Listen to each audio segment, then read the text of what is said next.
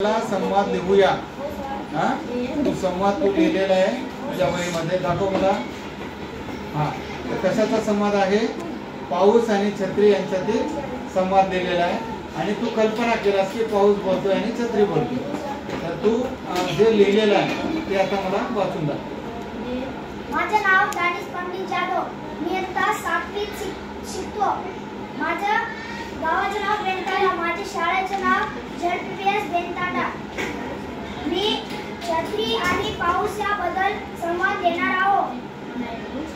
पाऊस म्हणाला, मी लई धरतीवर पडणार आहे, तू मला अडवू नको। छत्री म्हणाली, तू कितीही पड, मी तुला अडवतो आणि मला कोण पकडून आहे त्याला मी भिजू देत नाही।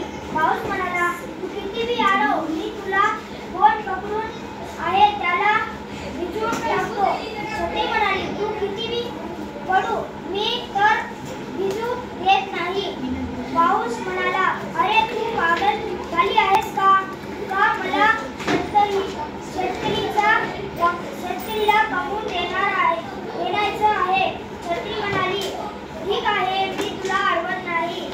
पाऊस म्हणाला, मी तुला एक बक्षीस देतो, ते बक्षीस आहे गाराचा पाऊस। छत्री म्हणाली, मी तर तेव्हा खुलतच नाही। पाऊस म्हणाला, तू नाही खुलली तर मी तुला कोण पकडून आहे त्याचा डोकं उठेल।